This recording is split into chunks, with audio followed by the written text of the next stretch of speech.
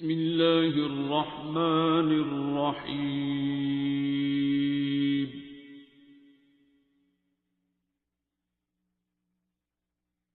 الرحمن.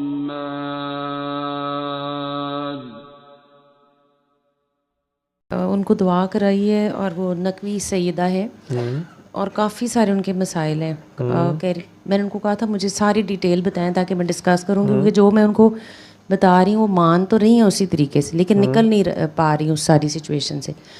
تو انہوں نے بتایا کہ دعا بھی کی ہے، سورہ رحمان سنی بھی ہے، اور اپنی بھی مسائل بہت صحت کے بہت سارے ان کے آپریشنز 2-3 سرجریز ہوئی ہیں، بیٹھ بھی نہیں سک رہی، اتنی حالت خراب ہوئی ہوئی ہے. اور پھر بتاتے بتاتے کہا ہے کہ جی بیٹی جو ہے وہ چھت سے گری، اس کی فریکچر ہو گیا، کہ بڑی منت مرادوں سے بیٹیاں ہوئی تھیں 2، اور ایک بیٹی جو ہے اس کی بھی کوئی شادی اس طرح سے ہوئی ہے کہ وہ نہیں مل پاتی اب ان سے، اور بیٹوں کے بھی مسائل، اور گھر میں اس طرح کے جو بھی کام تھا وہ سارا بالکل فلاپ ہو گیا، اور فائنینشلی بھی بالکل ایسے کولیپس کر گئے میں. صحت خراب گھر میں اس طرح، جس طرح کوئی جادو کا اثرات اور کچھ چیزیں اس طرح کی بھی ان کو فیل ہوتی ہیں.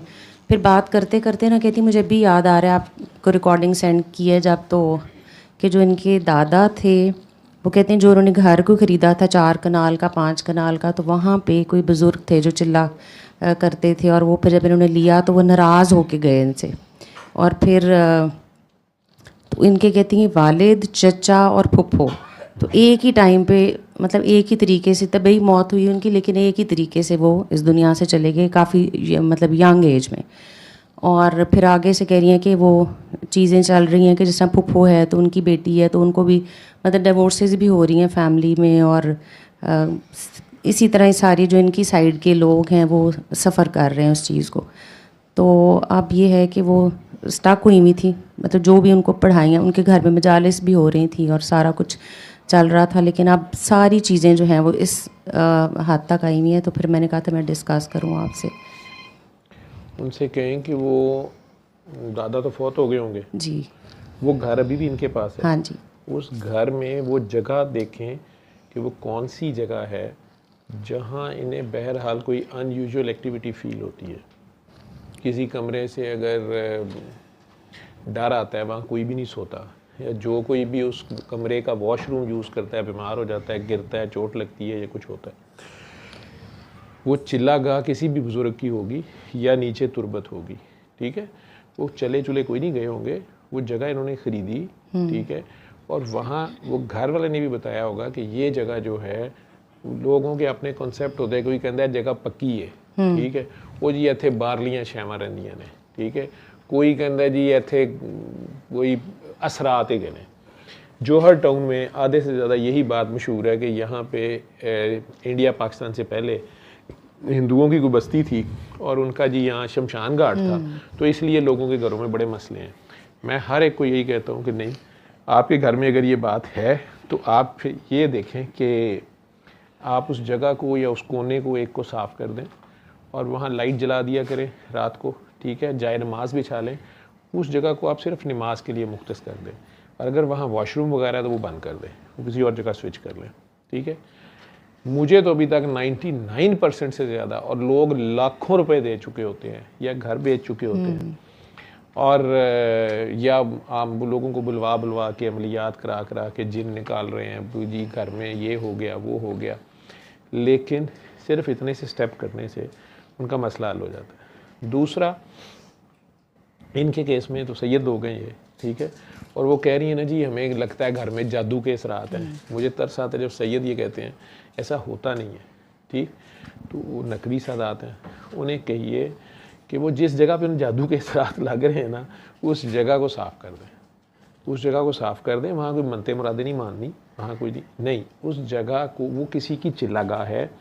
یوں سمجھ لیں کہ اللہ کے کسی عاشق نے وہاں بیٹھ کے اگر اللہ کا ذکر کیا ہے، اس طریقے سے کیا ہے کہ وہاں تجلی پڑی ہے، ٹھیک ہے، تو وہ جگہ اب جو ہے وہ متبرک جگہ ہے، ایسے سمجھ لیں. نہ وہاں شرک ہوگا اور نہ وہاں سے آپ کوئی بھی غلط حرکت کریں گے، وہ نہیں دیکھی، وہ مجبوری ہو جائے گی.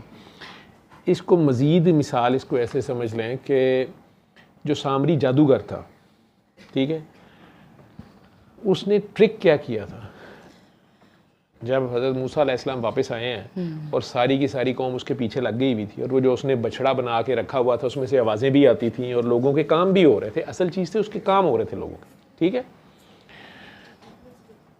موسیٰ علیہ السلام نے آگے جب اس کو پھینٹی لگائی تو اس نے مان لیا، اس نے کہا کہ ایک دن ایک بندہ آپ کو ملنے آیا تھا، اس کے پاس ایک گھوڑا تھا، وہ گھوڑے پہ بیٹھا ہوا تھا، تو میں نے ان یوزول چیزیں فیل کی آپ کے بیہیویئر میں یا اس سے گفتگو میں، تو میں نے اندازہ لگا لیا کہ یہ جبرائیل ہے.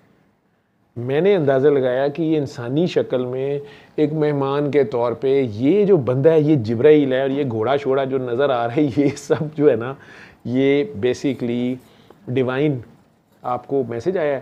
اور آپ بیسیکلی جو ہی وہ گیا تو وہ جس جگہ وہ گھوڑا اس کے اوپر بیٹھا وہ آپ سے بات کر رہا تھا، میں نے اس جگہ کی وہ گھوڑے کے سموں کی مٹی لے لی، وہ مٹی صرف میں نے اس بچڑے میں ڈالی ہوئی، ٹھیک ہے.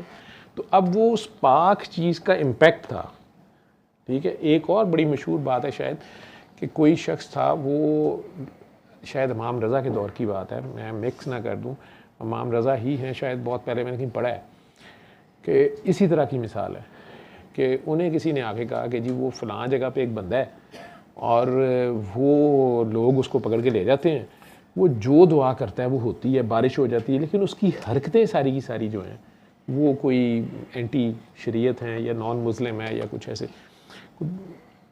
پکارتا وہ پتہ نہیں شیطان کو ہے یا وہ اس طرح کی بات تھی. ایگزیکٹ واقعہ مجھے بھول گیا ہوا. تو انہوں نے ہنس کے کہا کہ اس مرتبہ جب وہ دعا کر رہا ہوگا نا تو اس کو پکڑ لینا اور اس کے ہاتھ میں یا جو چیز اس نے پکڑی ہوتی ہے اس میں موسٹ لائکلی کوئی ہڈی ہے یا کوئی چیز ہے وہ اس سے لے لینا، یا وہ پتہ کرو کہ کیا ہے.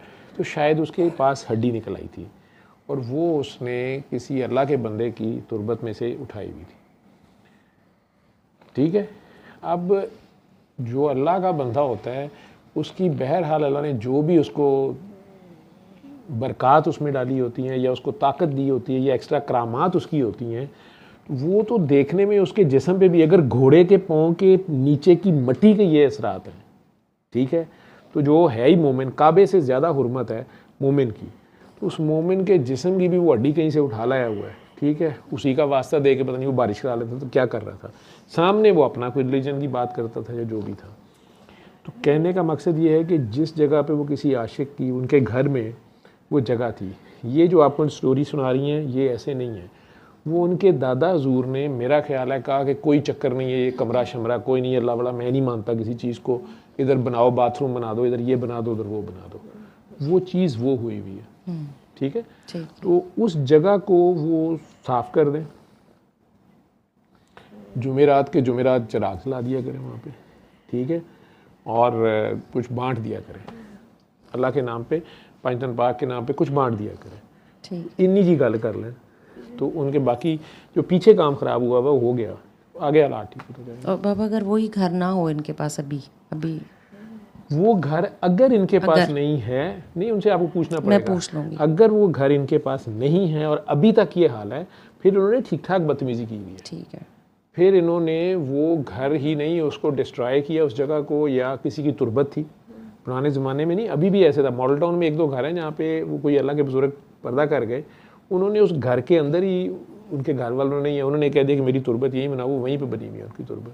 اب کل کو کوئی وہ گھر خرید لے اور وہ آگے کہے کہ نہیں یہ تربت اٹھائیں یہاں سے، یا میں نے تو یہ گھر خرید لیا میں کیا کروں، وہ اگر اللہ کا عاشق ہے بندہ تو وہ تربت تو وہاں سے نہیں ہٹے گی، ٹھیک ہے.